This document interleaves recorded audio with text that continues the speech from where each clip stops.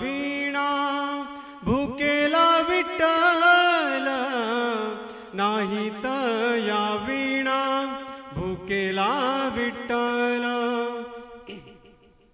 देवापाशी मागे आवडीची भक्ती देवापाशी मागे आवडीची भक्ती विश्वासेशी प्रीती भाव बळे विश्वासेशी प्रीती भाव बळे नाही तया वीणा भुकेला विठ्ठल नाही तया वीणा भुकेला विठ्ठल तुका म्हणे म्हणा सांगतो विचार तुका म्हणे म्हणा सांगतो विचार धरावा निर्धार दिसेंदिसा धरावा निर्धार दिसेंदिसा नाही तया वीणा भुकेला विठ्ठल नाही तया वीणा भुकेला विठ्ठल येईल तैसा बोल राम कृष्ण येईल तैसा बोल राम कृष्ण नाही तया वीणा भुकेला विठ्ठल नाही तया वीणा भुकेला विठ्ठल नाही तया वीणा भुकेला विठ्ठल नाही तया वीणा भुकेला विठ्ठल रामकृष्ण कोई लाख करे चतुराई कर्म का लेख मिटे नारे भाई इस दुनिया में भाग्य के आगे चले ना किसी का उपाय कागज हो तो सब कोई बाजे कर्म न बाजा जाए एक दिन सी किस्मत के कारण वन को गए तेरा गुराई रे कर्म का लेख मिटे नारे भाई कोई लाख करे चतुराई कर्म का लेख मिटे नारे भाई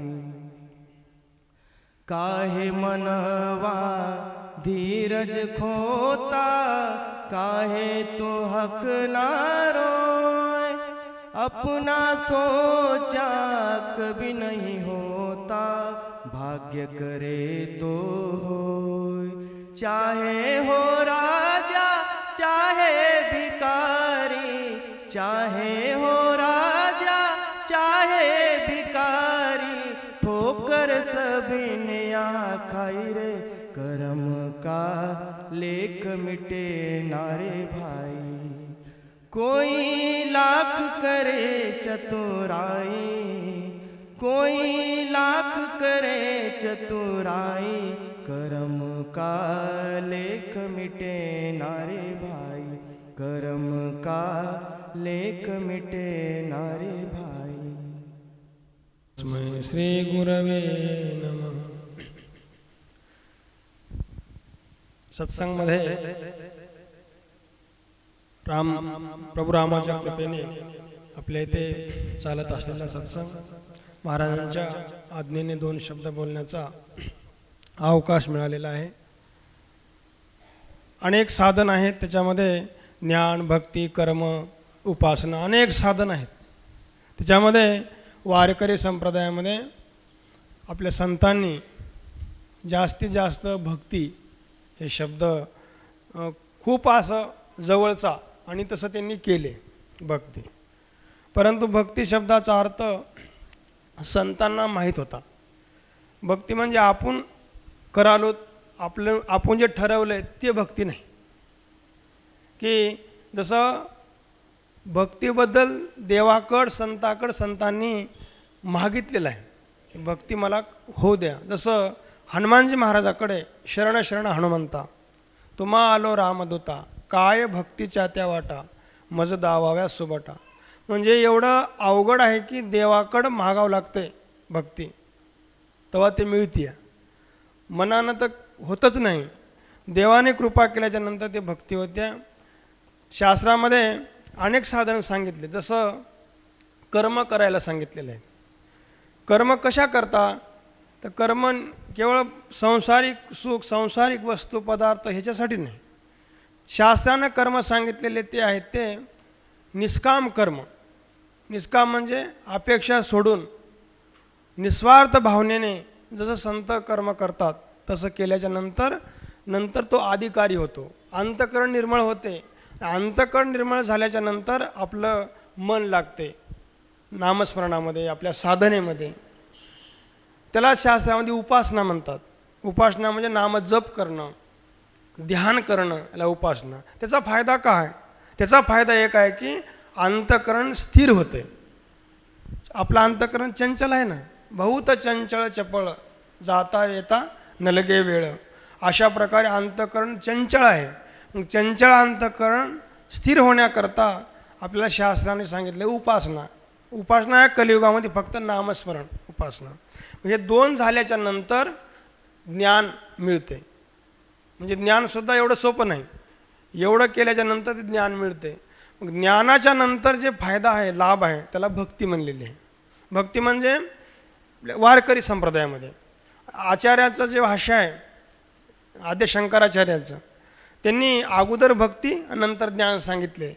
परंतु तुकोबारायांनी, ज्ञानेश्वर महाराजांनी जवळजवळ जास्त भक्तीचंच महत्त्व दिलेलं आहे. आणि बाकी साधने कशा करता येतं, भक्ती करता येत. म्हणून कर्म असतील, कर्म म्हणजे आपण केलेले कर्म नाहीत, संतांनी सांगितलेले, शास्त्रात सांगितलेले कर्म निस्वार्थ भावनेने. जसं पाऊस पडते, पाऊस पडत असताना ज्ञानेश्वर महाराज सांगतात, खडकी जैसे वर्षले का आगी माझी पेरिले.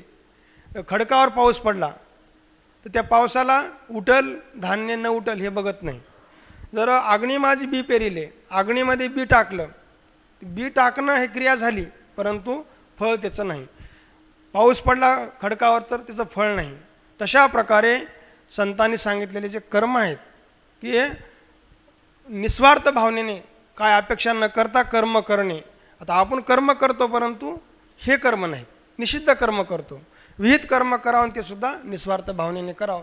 ते पाया भक्ती प्राप्त होण्याचा पाया आहे. म्हणून हे फक्त सत्संगातूनच आपल्याला संतांच्या कृपेनेच हे कार्य घडते. खूप कर्म करत असताना, कर्म उपासना करत असताना खूप अवघड आहे. मग ते अवघड सोपं होण्याचं एकच जागा आहे, ते म्हणजे सत्संग आहे. आपल्या भाग्याने, आपल्या अनेक जन्माच्या सुकृताने आपल्याला लाभलेली एक सत्संग हे साधना खूप अनेक जन्माचं भाग्य समजून आपलं जीवन धन्य करून घेण्याचं ठिकाण म्हणजे फक्त सत्संग आहे. सत्संगातूनच हे बारीक गोष्टी आपल्याला कळतात. यथामती येता अवकाश, महाराजांच्या आज्ञेने 2 शब्द बोलण्याचा अवकाश मिळाला, म्हणजे शब्द इथंच समाप्त करतो. सियावर रामचंद्र भगवान की जय.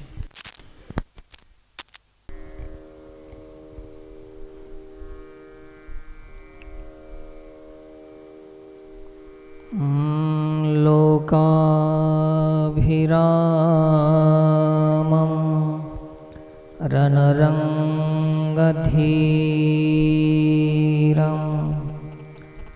राजीवनेत्रं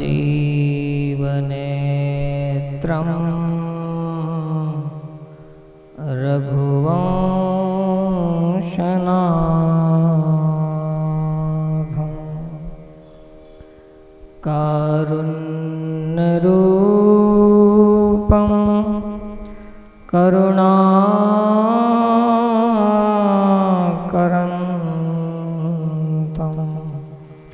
श्रीरामचन्द्रं शरणं प्रपद्ये. मनोजवं मारुततुल्यवेगं जितेन्द्रियं जितेन्द्रियं बुद्धिमतां वरिष्ठं वातात्मजं वानरयूथमुख्यं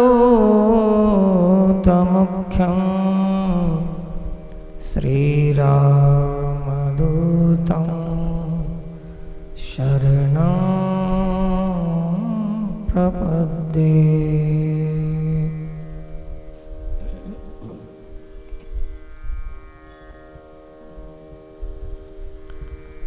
श्रीराम जय राम जय जय राम, श्रीराम जय राम जय जय राम।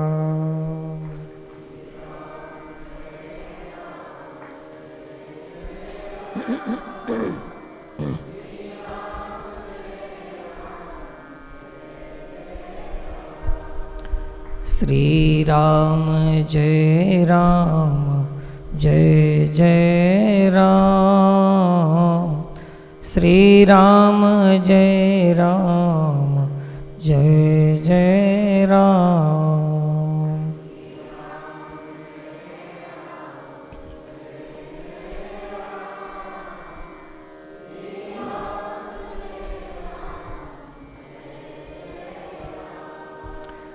श्रीराम जय राम जय जय राम, श्रीराम जय राम जय जय राम।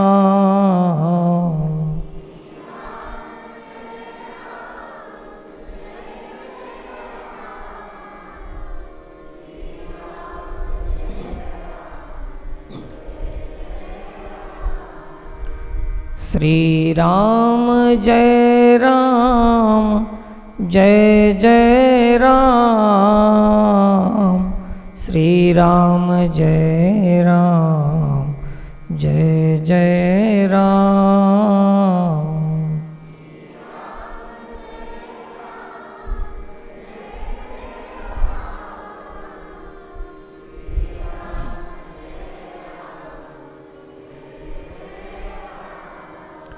श्रीराम जय राम जय जय राम, श्रीराम जय राम जय जय राम।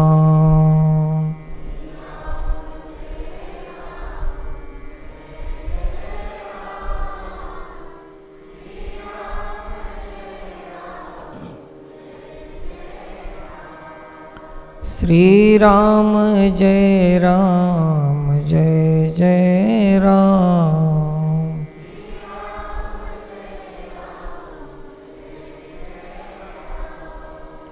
श्रीराम जय राम जय जय राम।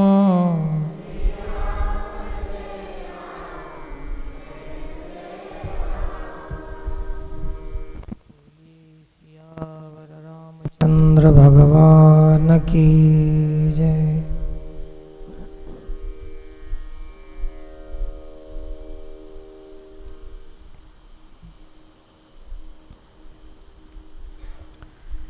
श्री गुरुचं स्मरण वंदन करून समस्त भाविकांना प्रणाम आहे।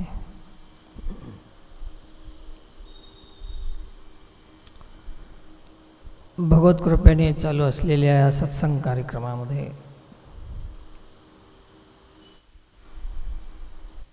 राम तत्व असा हा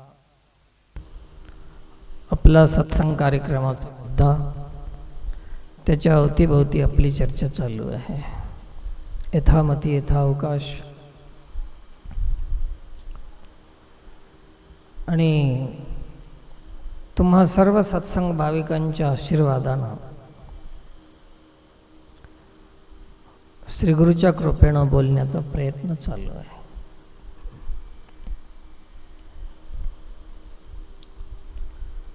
विषय असं कधीही आपण ठरवलेला तर नसतो, परंतु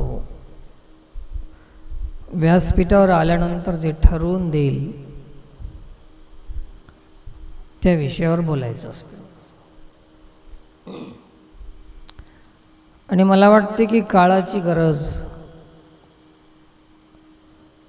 प्रासंगिकता, समयानुसार त्याच विषयाला आपण स्पर्श केलं, चिंतन केलं तर जास्त उपयोगाचं राहते.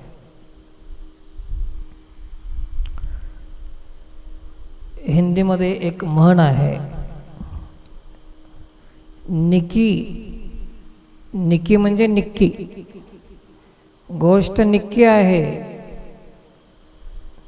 चांगली आहे, परंतु फिकी लागली. निकी पर फिकी लगी, बिना अवसर की बात. एक शब्द आहे. जसं आताच आमचे निवृत्ती महाराजांना सांगून गेले की साधना साधना साधना, सध्याच्या काळामध्ये नामाशिवाय दुसरी साधना नाही, हे प्रासंगिक आहे. अनेक साधना आहेत, त्या त्या काळानुरूप त्या साधना करण्यात आल्या, भक्तांनी केली ती साधना. पण आत्ता सध्या प्रस्तुत अशा कलियुगामध्ये, या काळामध्ये भगवान नाम चिंतनासारखी साधना दुसरी नाही.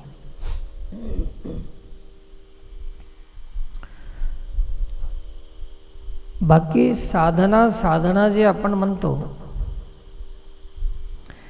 खरंच त्याचं नाव कोण ठेवले की साधना म्हणजे अजून कोणाला साधलं नाही. साधना अथवा त्याचा दुसरा अर्थ जर आपण करायला गेलो, आपल्याला स्वातंत्र्य आहे ना अर्थ लावायला. साधना याचे दोन अर्थ होतात. साध नाही एक अर्थामध्ये, साधना, आणि दुसऱ्या अर्थात साधना म्हणजे साध्य होईना. साध नसल्यामुळे साध्य होत नाही. याला थोडंसं भगवद्गीतेनं आपणाला स्पष्ट केलेलं आहे. नामस्मरण आहे, जे काही साधना आहेत, हे भगवत प्राप्तीच्या नाहीत.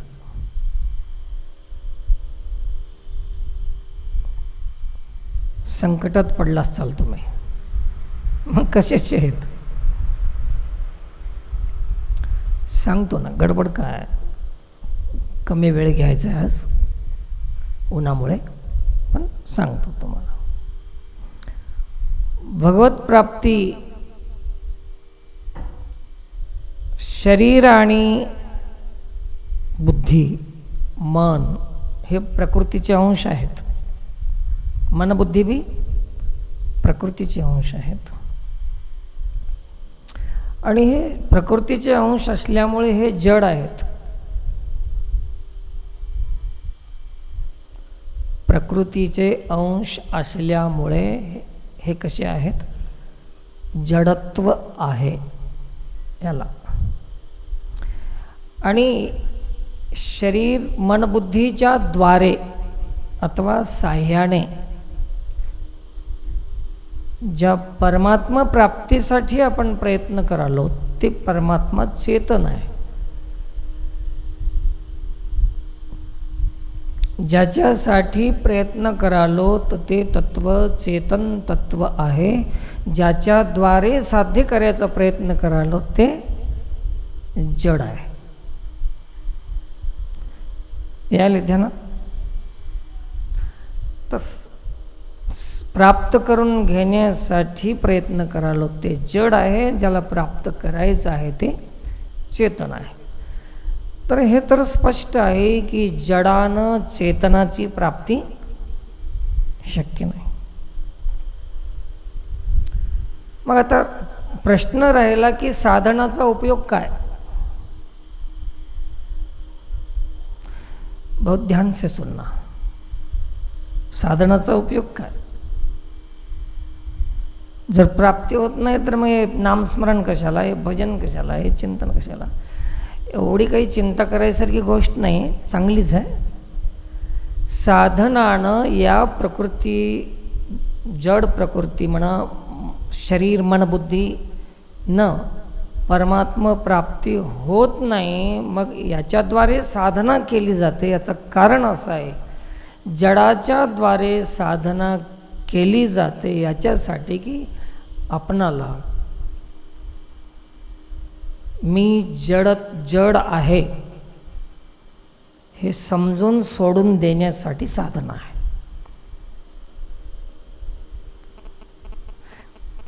काहीच्या लक्षात आलं असेल, काहींच्या नसेल.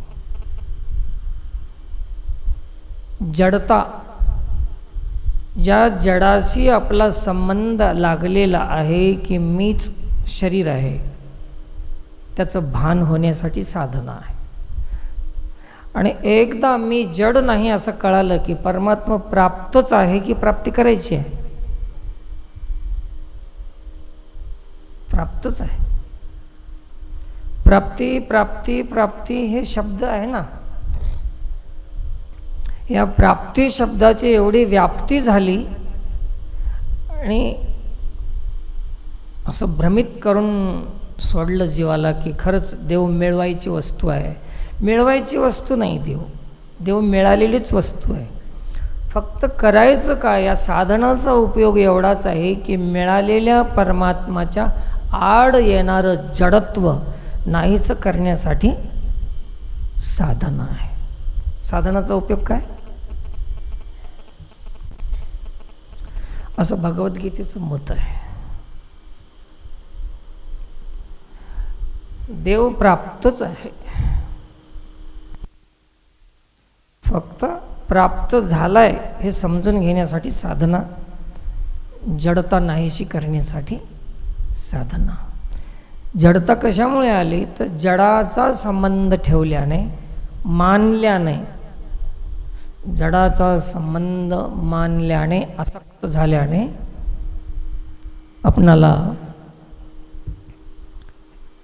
हे परमात्मा प्राप्त असून नसल्यासारखं वाटतं. परमात्मा प्राप्त नाही का नाहीसं वाटते, वाटते तसं.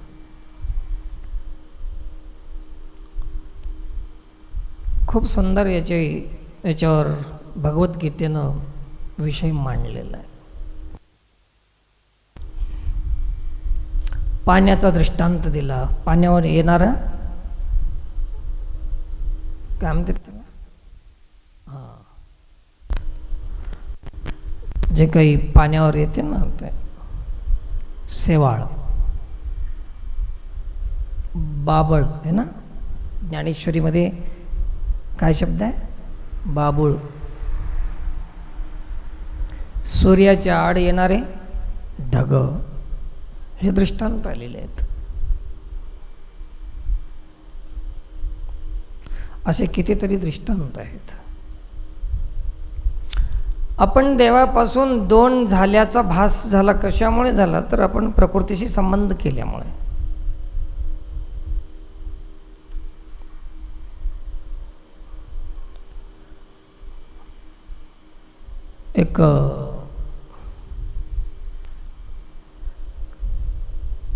एक ओवी आहे, तैसे जीवा ब्रह्मत्व आहे संकल्प लोपी.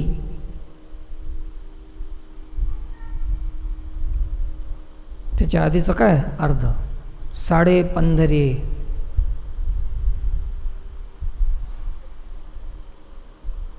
सोन्याचा मळ जाळला अग्नीमध्ये की सोनं बनवायचं नाही, सोनं आयतच आहे.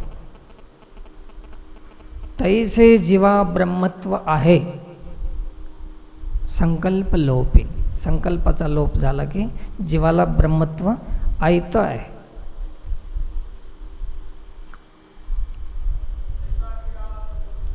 तैसा किडाळाचा दोषू जाय, तरी पंधरे तेची होय, है ना. तैसे जीवा ब्रह्मत्व आहे, संकल्प लोपी. जैसा किडाळाचा दोष जाय.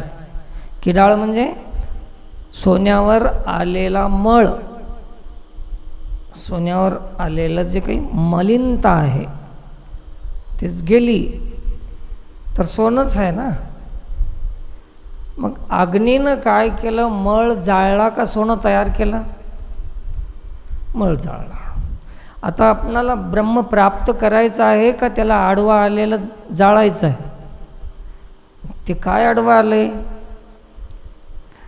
ते आडवं आलेल्या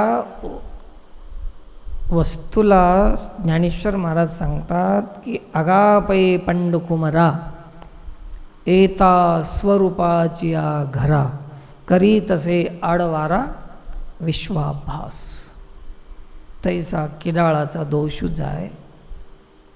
सोन्याचा मळ जळून गेला की सोनं आयतच आहे. मग हे तादात्म्य प्राप्त असलेल्या परमात्माला प्राप्त नसल्याचा भ्रम पैदा केलेला आहे. आणि हे भ्रम काढून टाकतात सद्गुरू. धर्म जागो गुरु महिमा, देही दाविला देव, निवारोनी भवर जाळे, अवघा निरसला भेव. हे जे आडवं आलेलं आहे, जे देवाच्या आपल्यामध्ये जे आडवं आहे ते काढून टाक. ब्रह्म प्राप्तच आहे. प्राप्त नाही, ब्रह्मच आहे. खलविदम ब्रह्म आहे. आणि याचं ज्ञान झालं की सगळ्या कर्माचं साधनाचं शेवट होतो. भगवद्गीतेचा एक श्लोक आहे, थोडासा तुकडा सांगतो, तुमच्या ध्यानात येत असेल तर बघा. सर्वं कर्माखिलं पार्थ ज्ञाने परिसमाप्यते. सर्वं जेवढ्या साधना आहेत त्याची एक ओवी आहे, तृप्ती झाली आहे जैसी साधने सरती अपैसी. शिजल्यावर पुन्हा जाळ घालायची गरज नाही, शिजूजोकरच जाळ घालावं लागते. तसं पुन्हा साधना बी राहत नाही आणि साधक बी राहत नाही, काहीच शिल्लक राहत नाही,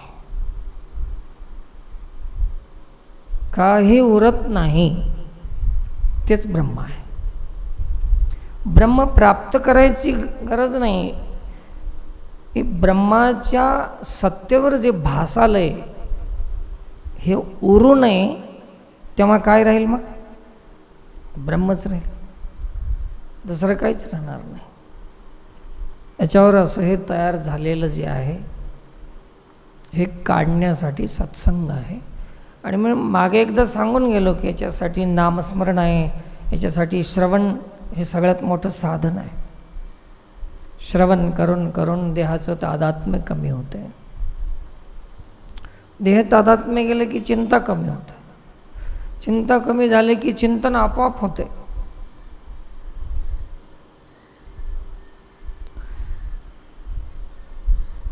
जसं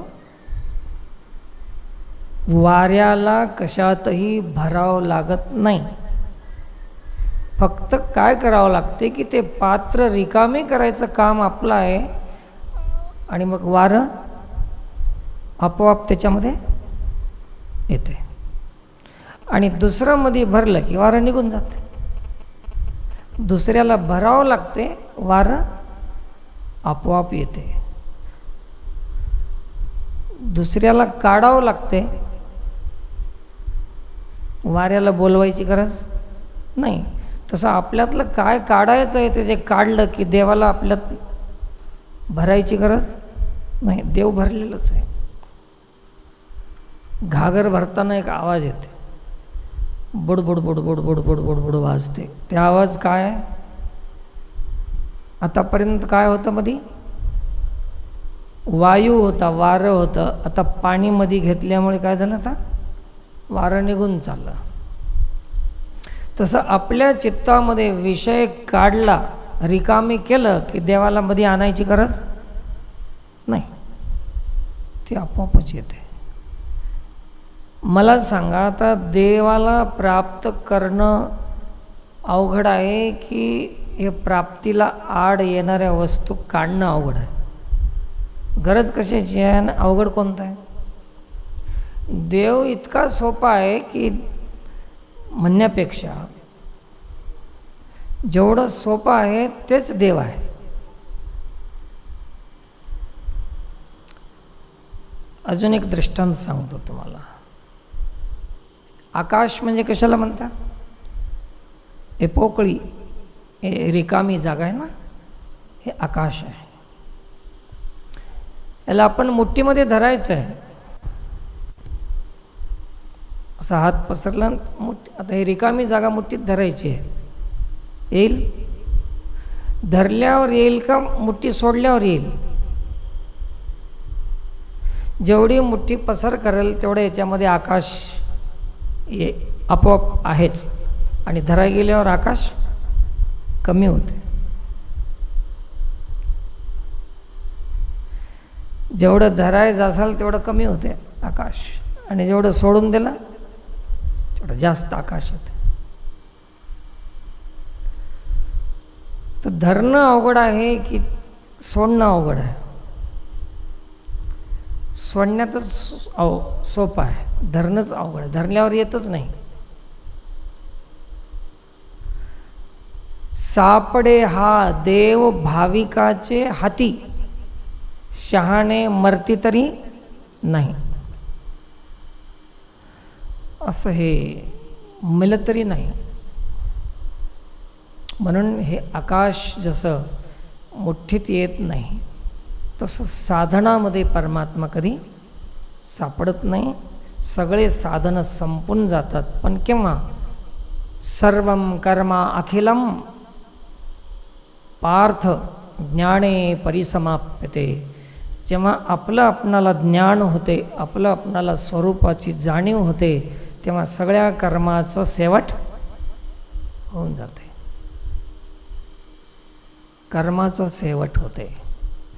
ज्या दिवशी कर्माचं शेवट झाला त्या दिवशी आपला शेवट गोड झाला. म्हणून हे साधना करायची आहे, पण देवासाठी नाही. देवाला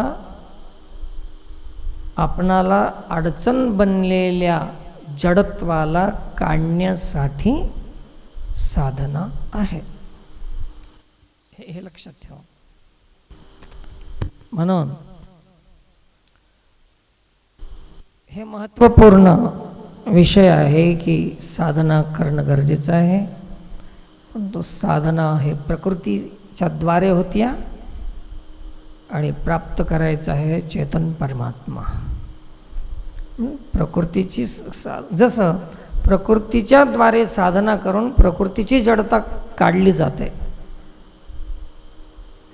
लोखंडाची बेडी तोडण्यासाठी कशाचा वापर करावा? लोखंडाचाच वापर. तसं कर्मानच नैष्कर्म्य होते असं माऊलीचं मत आहे. पण ते कर्म कोणते? विहित कर्म आणि निरपेक्ष, निस्वार्थ, दोन गोष्टी आहेत तिच्यामध्ये. एक निस्वार्थ असावं आणि विहित कर्म असावं. ते काय करतात? कर्मच कर्माचं बंधन तोडतात. असा प्रकार आहे. जसं लाकडाला लाकूड घासलं काय प्रगट होते? अग्नी प्रगट होते. लाकडामुळेच अग्नी प्रगट झाला, आणि अग्नी प्रगट झाल्यावर काय काम केलं त्याने? लाकडालाच जाळून टाकलं, आहे की नाही? तसं याच देहाच्या द्वारे कर्म करता येते आणि ह्याच कर्मानं निस्वार्थ कर्म करून जे ज्ञान प्राप्त होते ते ज्ञानाग्नी प्रगट होते, तेव्हा हेच देहबुद्धी जळून जाते.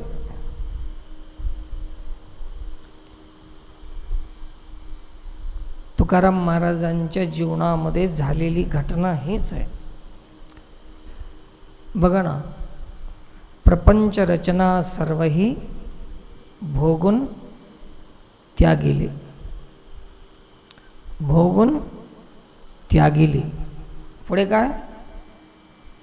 प्रपंच रचना सर्वही भोगून त्यागिली, अनुतापाचे ज्वाळी देहबुद्धी हविली. आणि ते अनुताप कशातून प्रगट झाला? देहातूनच, साधना करूनच. आणि काय जाळलं? देहबुद्धीच जाळली. ज्या लाकडातून अग्नी प्रगट होते त्याच लाकडाला जाळते. ज्या देहाच्या द्वारे ज्ञान होते ते प्राप्त होते त्याच देहाबुद्धीला ते जाळून टाकते. बघा, आणि गंमत अशी आहे की प्रपंच रचना सर्वही भोगून त्यागिली. भोगून त्यागिली म्हणजे काय? जे केलेले कर्म होते ते कर्म मी नाही, मी शरीर नाही, हे प्रकृतीचं कार्य आहे असं ज्ञान झालं आणि त्या कर्माचा, त्या देहाचा, त्या संबंधाचा संबंध विच्छेद झाला, त्याग झाला. मी करता नाही, कर्तृत्व भोक्तृत्व हे सोडून देणं म्हणजे भोगून त्याग करणे. भोगून त्यागायचं म्हणलं तर मग कोणी म्हणेल की मग भोगून त्यागायचं आहे म्हणा, मग बरं आहे, रोज भोगायचं आणि त्याग करीत राहायचं. असं नाही. त्यांना त्याग त्या दिवशी झाला की मी भोगता नाही, मी करता नाही, हे प्रकृतीचं कार्य आहे, मी आत्मा आहे, असं दोन विभागामध्ये विभाजित झाल्यानंतर या कर्माचा त्याग झाला, भोगाचा त्याग झाला. प्रपंच रचना सर्वही भोगून मग त्यागिली. जोपर्यंत आपण दोन भागामध्ये विभाजित होणार नाही की मी आत्मा आहे, मी परमात्मा आहे हे कळत नाही, तोपर्यंत आपण केलेल्या भोगाचा त्याग होत नाही. आणि एकदा त्याग झाल्यानंतर पुन्हा भोग राहत नाही. त्याग झाल्यावर भोग नाही आणि ते कळल्यावर त्याग झाल्याशिवाय राहत नाही, असा हे प्रकार आहे. असो तर अखया नावाचा कुमार रावणानं मारून टाकला बलवान, आणि विचार केला की आता एवढे चांगले माझे प्रिय पुत्र होते, बलवान होते, एवढे श्रेष्ठ होते, हे मी हातानं काळाच्या तोंडात दिलो आणि आता मी दुसऱ्याला पाठवून देणार नाही, तर आता या वानरासंग युद्ध करायला मी स्वतः जाणार, असं कोण ठरवलं? रावणानं. आता हे तर कळते ना, कथा सोपी आहे. आणि मग ठरवल्यानंतर निघाले. हे कळालं इंद्रजिताला की स्वतः रावण चाललाय म्हणून. इंद्रजित पुढे आला आणि म्हणला, पिताश्री, एवढा बलवान पुत्र असताना तुमचं जाणं शोभत नाही, मला आज्ञा करा, मी जातो. रावणाला वाटलं की याला आज्ञा करावं तर हे वापस येत नाही, परंतु तो ऐकत नव्हता. शेवटी इंद्रजित जायची तयारी केली. रावणानं आज्ञा दिली, त्याला सजवलं, शृंगार केला, आहेर सत्कार केला. त्याला न जाणो शेवटचा बी सत्कार होऊ शकतो. सत्कार करून घेत जावं, कारण काय माहीत पुन्हा भेटते की नाही. क्षणभंगूर आहे जीवन. केलं तेव्हा करून घेत जा. काय निघाला इंद्रजित. सैन्य 4 प्रकारचं सैन्य घेऊन निघाला. चतुरंग सैन्य त्याला म्हणतात. घोडे, हत्ती, रथ, पायदळ. किती झाले? याला काय म्हणतात? चतुरंग सैन्य. हत्ती, घोडे, रथ आणि पायदळ. याला 4 प्रकारचं सैन्य घेऊन निघाला. हनुमानजीनं ते बघितलं. खूप भयंकर युद्धाची सुरुवात झाली. इंद्रजितानं युद्धाला गेल्यानंतर रावणाने विचार केला की म्हणले इंद्रजिताचं मरण जे ब्रह्मचारी आणि निराहारी असल त्याच्याच हाताने याचं मरण आहे. तर हे तर फळ खाते वानर, निराहारी तर नाही, मग याच्यानं मरत नाही, हे पक्की गोष्ट आहे. ब्रह्मदेवाचं वरदान होतं. गेला. युद्धाची सुरुवात झाली. सेफ्टीनं पाठी पुरवली. कुठेही सैन्याला धरायचं, मारायचं, एकही वापस जाऊ द्यायचं नाही असं शेपटाला सांगून दिलं. हे काम सुरुवात झालं. इंद्रजित आकाशात जाय, पाताळात जाय, इकडे जाय, तिकडे जाय, लपू लपू बसू लागला. घाबरून गेला. जाऊन टाकलं इंद्रजिताला. इंद्राला जिंकलं होतं ज्यानं, तसला इंद्रजित बी जाऊन गेला. नेहमीच सारखंच राहत नाही. कधी कधी उलटी गिनती सुरू होते प्रत्येकाचीच. कधी आपल्या बळावर विश्वास करू नका, बुद्धीवर विश्वास करू नका. कधी काय धोका देईल माहीत नाही, गॅरंटी नाही त्याची. असं सुरुवात झाली युद्धाची. आणि शेवटी इंद्रजित लपून बसू लागला. हनुमानजीचं म्हणणं होतं की आता आपण हे सगळं कार्य करूनच रामाला भेटावं जाऊन, असं रिकामी भेटू नये आपण. मालकाला भेटायचं असेल तर काम करून भेटावं. त्या भेटण्यात शोभा आहे, शान आहे, वजन आहे. रिकामी जाऊन भेटलं आणि मालकाने विचारलं तर खाली मान घालावं लागतं. हे हनुमानजीची बघा विचारधारा कशी आहे. काम केल्याशिवाय मालकाला भेटायचं नाही. आता कोण मालकाला भिणार आहे?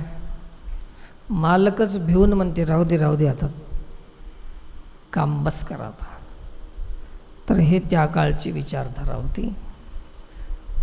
असं सगळं कार्य करून जाण्याचं हनुमानजीनं ठरवलं. हे रामायणातली कथा आहे. लंका जाळल, अनेक राक्षस मरतील, हे सगळं पुरुषार्थ करील. हनुमान पुरुषार्थी आहे. हे सगळं पुरुषार्थ करून मी आपल्या तोंडानं पुरुषार्थ सांगणार नाही. हे त्याच्यातली विशेषता आहे. मोठ्या माणसाची ओळख काय? की आपण केलेलं आपणच सांगायचं नाही. आणि आता तर न करता बी सांगण्याची पद्धत आहे. तर हे किती मोठ्या माणसाची ओळख आहे. कार्यकर्ता नाव काय आहे त्याचं?